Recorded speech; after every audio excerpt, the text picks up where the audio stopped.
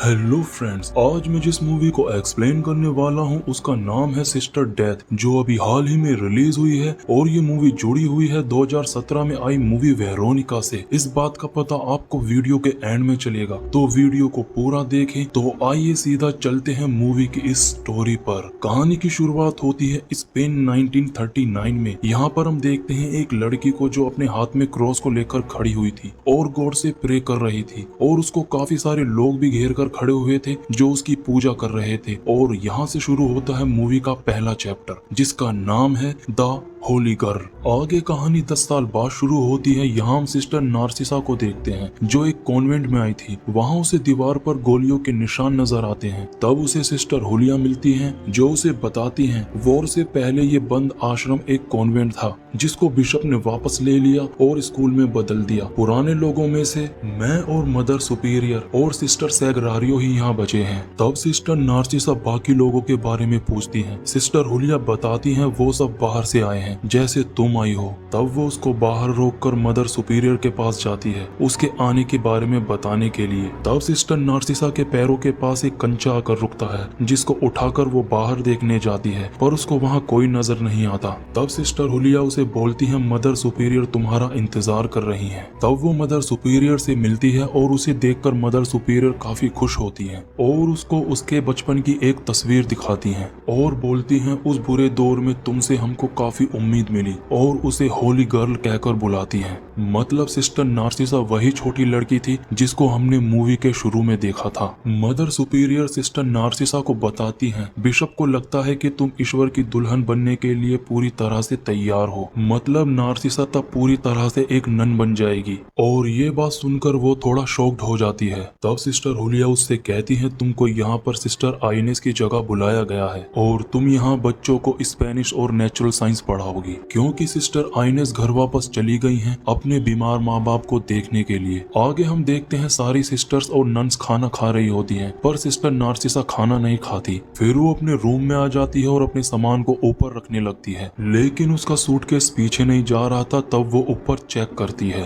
तो उसको ऊपर एक बॉक्स मिलता है जिसके अंदर उसको एक कैंची, कुछ लेटर्स और एक डेड नन की फोटो मिलती है, और फोटो पर सिस्टर का नाम लिखा था जो सोकोरो था। तब उसके कमरे में रखी चेयर अपने आप गिर जाती है जिसको देखकर वो डर जाती है। तब कोई उसके कमरे के दरवाजे को जोर जोर से नॉक करता है। जब वो बाहर देखने जाती है तो वहाँ कोई भी नहीं था, पर उसको दीवार पर कुछ बना हुआ नजर आता है जिसको देखकर लगता है जैसे किसी ने फांसी लगाई हो। आगे हम देखते हैं फादर, सिस्टर और सभी नन चर्च में प्रे कर रहे होते हैं। तब सिस्टर नार्सिसा फादर के सामने कन्फेशन करती है और उनसे कहती है मेरे मन में काफी सवाल है, मुझे नहीं लगता कि मैं अभी तैयार हूँ। यहाँ सिस्टर नार्सिसा फादर से गॉड की ब्राइड बनने के बारे में बात कर रही थी। तब फादर उसको बोलते हैं शुरू में सबको डर लगता है, बाद में सब ठीक हो जाएगा, पर वो बोलती है मेरे मन में इस सब को लेकर शक है। तब फादर उसको बोलते हैं शायद तुम भटक गई हो। इसके बाद सिस्टर नार्सिसा अपनी पहली क्लास में जाती हैं और वहाँ वो सभी बच्चों को प्रे करवाती हैं। फिर वो बच्चों को अपने बारे में बताती है और अपना नाम ब्लैक बोर्ड पर लिखती है। तब उसको ऐसा करते देख सभी बच्चे एक दूसरे से बातें करने लगते हैं और डरने लगते हैं। तब वहाँ रोजा नाम की लड़की क्लास में सूसू कर देती है और वो सिस्टर से बाथरूम जाने के लिए पूछती है और उसकी सिस्टर भी उसके पीछे जाती है। आगे हम देखते हैं मदर सुपीरियर सिस्टर नार्सिसा को अपनी जवानी की कुछ तस्वीरें दिखाती हैं जब वो नन बनी थी। उसके बाद सिस्टर नार्सिसा एल्बम में पुरानी तस्वीरों को देखने लगती है जिसमें मर चुकी सिस्टर्स की तस्वीरें होती हैं और उसमें एक सिस्टर की तस्वीर गायब थी। तब सिस्टर नार्सिसा अपने रूम में जाकर उसी बॉक्स को ओपन करती है और सिस्टर सोकोरो की तस्वीर को देखती है, और तभी वहाँ रखी चेयर फिर से गिर जाती है और नार्सिसा चौंक जाती है। जैसे ही वो चेयर को उठाकर रखती है तब कोई दरवाजे को नॉक करता है। दरवाजे की दूसरी तरफ से उसको एक लड़की के रोने की आवाज सुनाई देती है और वो दरवाजा खोलकर देखती है तो बाहर कोई नहीं होता। तब वहाँ वही कंचा आकर रुकता है जो उसको मूवी के शुरू में दिखाई दिया था। वो कंचा फ्लोर पर बनी लाइन से होते हुए आगे जाने लगता है। तब वो उसका पीछा करती है अपने हाथ में कैंडल लेकर, और वो नीचे तहखाने में पहुंच जाती है जो काफी डरावना करना होता है और वहाँ थोड़ी देर के लिए किसी छोटी बच्ची की परछाई नजर आती है। तब वहाँ सिस्टर नार्सिसा को व्हाइट कपड़े में एक हाथ मिलता है और वो उसको मदर सुपीरियर को दिखाती है, जिसको देखकर वो बताती है ये सेंट मार्था का हाथ है जो वॉर में कहीं गायब हो गया था। इसका मिलना एक चमत्कार है। तब मदर सुपीरियर सबसे प्रार्थना करने के लिए कहती है और इसके बाद शुरू होता है चैप्टर 2, जिसका नाम है if she write your name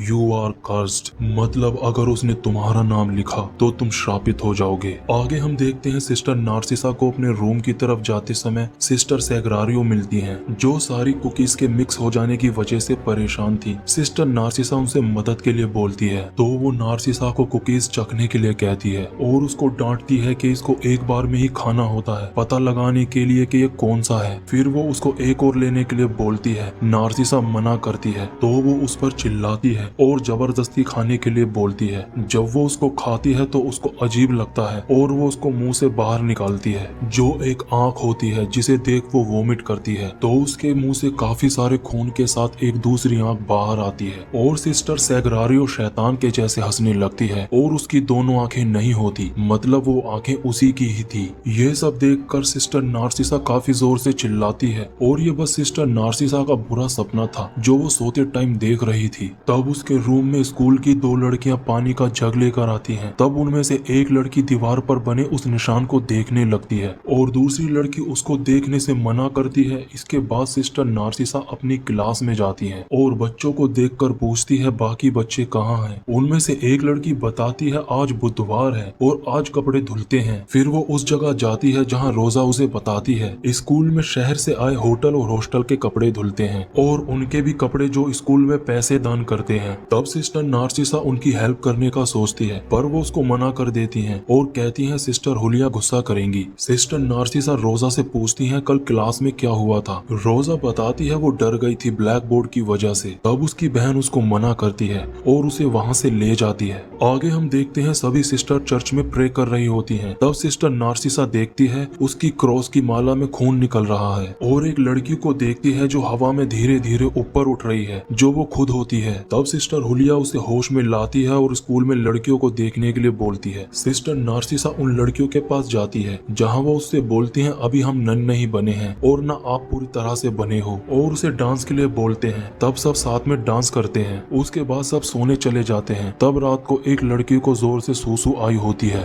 वो रोजा को जगाकर उसको बाथरूम तक साथ चलने के लिए कहती है। वहीं हम देखते हैं सिस्टर नार्सिसा गॉड से प्रे करते वक्त खुद को काफी हर्ट करती है और गॉड से उसको सही रास्ता दिखाने के लिए कहती है। तब वहाँ बाथरूम में वो छोटी लड़की रोजा को नल चालू करने के लिए कहती है। तब नल खुद ही अपने आप चालू हो जाता है। जब वो नल के पास उसको देखने के लिए जाती है तो उसे नीचे एक कैंची पड़ी मिलती है। जब वो दोनों वहाँ से जाने लगती हैं तो बाथ टब में पानी भरने लगता है, जिसे देखकर वो काफी डर जाती हैं और उस बाथ टब से किसी लड़की की आवाज उनको आती है। जब रोजा टब में देखती है तो उसको वहाँ किसी लड़की के बाल मिलते हैं। तब सिस्टर हुलिया वहाँ आ जाती है। वहीं हम देखते हैं सिस्टर नार्सिसा को अपने रूम में किसी लेडी के रोने की आवाज आती है। जैसे ही वो मिरर में देखती है तो उसे अपने पीछे कोई लेडी नजर आती है और तभी वो चेयर फिर से अपने आप गिर जाती है। तभी एक लड़की स्कूल में काफी जोर से चिल्लाती है। तब नार्सिसा वहाँ दौड़कर जाती है। वहाँ सिस्टर नार्सिसा देखती है उस लड़की के किसी ने बाल काट दिए हैं। तब सिस्टर हुलिया रोजा को वहाँ रूम में लाती है और उस लड़की के बाल काटने का इल्जाम रोजा पर लगाती है। सिस्टर नार्सिसा उससे पूछती है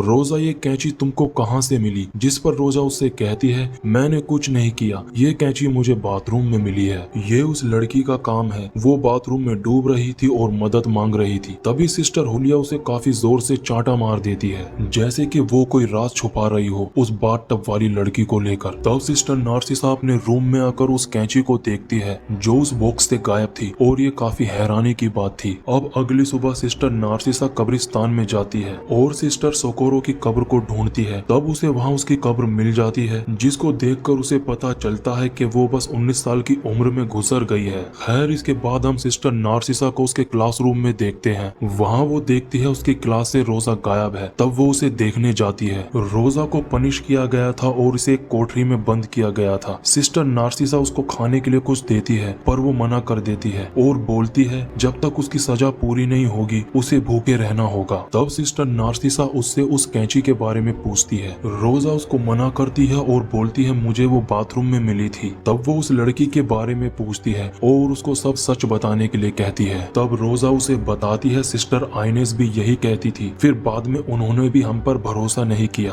और वो बताती है यहाँ किसी छोटी लड़की की आत्मा है और हमें उसके साथ नहीं खेलना चाहिए और उसकी ड्राइंग्स को नहीं छूना चाहिए। एक बार सिस्टर आइनेस ने उसकी ड्राइंग पर एक पैर बना दिया था दिखाने के लिए कि कुछ नहीं होगा। तब उस लड़की ने उनका नाम ब्लैक बोर्ड पर लिख दिया था, जिसके बाद वो काफी डर गई और यहाँ से चली गई। सिस्टर नार्सिसा उससे पूछती है उसका नाम लिखा क्या मतलब है इसका। तब रोजा उसे बताती है वो लड़की जिसका भी नाम लिखती है वो श्रापित हो जाता है। अगले सीन में हम देखते हैं मदर सुपीरियर सिस्टर नार्सिसा को एक ड्रेस पहनाती है जो सिस्टर आइनेस की थी। तब वो सिस्टर आइनेस के बारे में मदर सुपीरियर से पूछती है क्या वो यहाँ से डर कर चली गई है। मदर सुपीरियर उसे बताती है तुम उन लड़कियों की बातों में मत आओ, वो बस ख्याली पुलाव पकाती हैं। तब मदर सुपीरियर वहाँ से चली जाती हैं और सिस्टर नार्सिसा खुद को शीशे में देखने लगती है। तब वो ड्रेस धीरे धीरे टाइट होने लगती है और सिस्टर नार्सिसा का दम घुटने लगता है। तब वो नींद से उठ जाती है और ये भी बस उसका एक बुरा सपना था। तब वो सामने उसी ड्राइंग को देखती है जो दीवार पर बनी हुई थी। आगे हम देखते हैं सिस्टर नार्सिसा क्लास में चंद्र ग्रहण के बारे में पढ़ा रही होती हैं। तब उनमें से एक लड़की कहती है उसे चंद्र ग्रहण से डर लगता है क्योंकि उसको देखने से अंधे हो जाते हैं और ऐसा उन्हें सिस्टर हुलिया ने बताया था। तब सिस्टर नार्सिसा कहती है उन्होंने बिल्कुल सही कहा है, पर डरने की कोई बात नहीं है, उसको सावधानी से देखना चाहिए। पर तभी ब्लैक बोर्ड पर कोई रोजा का नाम लिख देता है जिसे देखकर बच्चे डर जाते हैं और रोजा वहाँ से चली जाती है। तब सिस्टर नार्सिसा भी उसके पीछे जाती है और उसे बोलती है। वो उसकी बात पर यकीन करती है और उसे भी लगता है यहाँ कोई है। तब वो उसको देखने के लिए रोजा से मदद मांगती है। तब वो दोनों मिलकर उस ड्राइंग को पूरा कर देते हैं और सिस्टर नार्सिसा तब पीछे मुड़कर देखती है पर उसे वहाँ कुछ नजर नहीं आता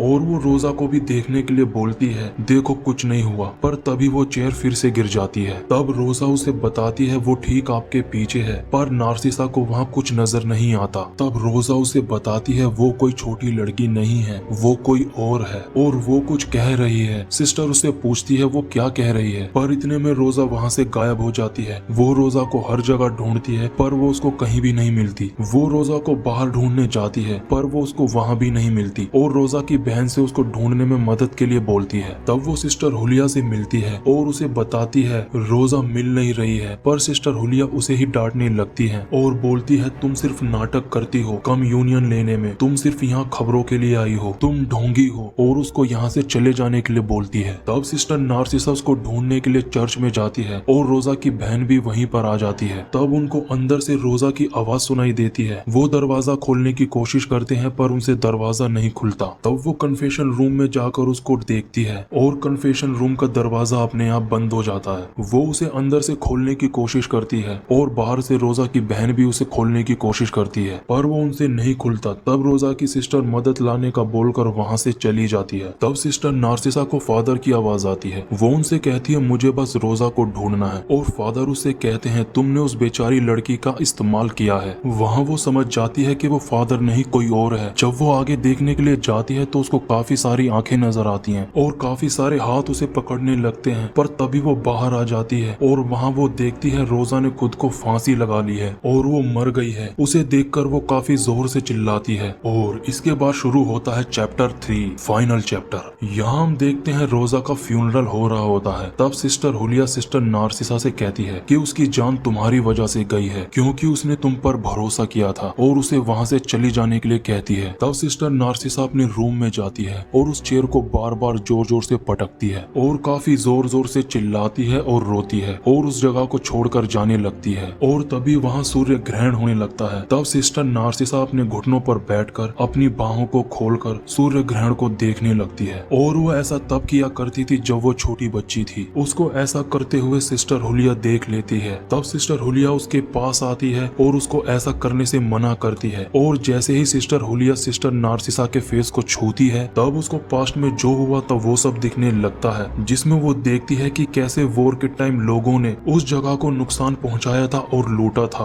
और सभी चीजों को तोड़ा था। और वो देखती है उनमें से एक आदमी ने एक सिस्टर का रेप किया था। तब वो चिल्लाकर उठ जाती है और तब हम देखते हैं कि सिस्टर नार्सिसा की आंखें काफी बुरी तरह से जल गई हैं, पर वो तब भी सब कुछ देख पा रही थी। तब उसने जो भी देखा वो सब सिस्टर हुलिया को बताने लगती है, पर सिस्टर हुलिया ये सब मानने से इनकार कर देती है और उसे फिर से वहाँ से चले जाने के लिए बोलती है। और हमें यहाँ ये पता चलता है वेरोनिका मूवी में सिस्टर नार्सिसा की आंखें ऐसी क्यों थी, जिसके बाद सिस्टर नार्सिसा सिस्टर सेग्रारियो से अलमारी में से उस बॉक्स को मंगाती है और उसमें से सिस्टर सोकोरो की तस्वीर मांगती है। और जैसे ही वो तस्वीर को छूती है वो फिर से पास्ट में चली जाती है और उसे पता चलता है जिस लड़की के साथ गलत काम हुआ था वो सिस्टर सोकोरो ही थी। और इस दौरान उसे ये भी पता चलता है उसके बाद वो प्रेग्नेंट हो गई थी और उसने उस कॉन्वेंट में एक लड़की को जन्म भी दिया था। और ये सब देखते हुए सिस्टर नार्सिसा की आंखों से खून निकलने लगता है। आगे वो देखती है सिस्टर हुलिया नहीं चाहती थी कि किसी को भी उस बच्ची के बारे में पता चले। तब सिस्टर हुलिया मदर सुपीरियर को बताती है कि सिस्टर नार्सिसा को सब कुछ पता चल गया है। और सिस्टर नार्सिसा अपनी आंखों पर बंधी पट्टी को हटा देती है और उसे अपने रूम में किसी के होने का एहसास होता है।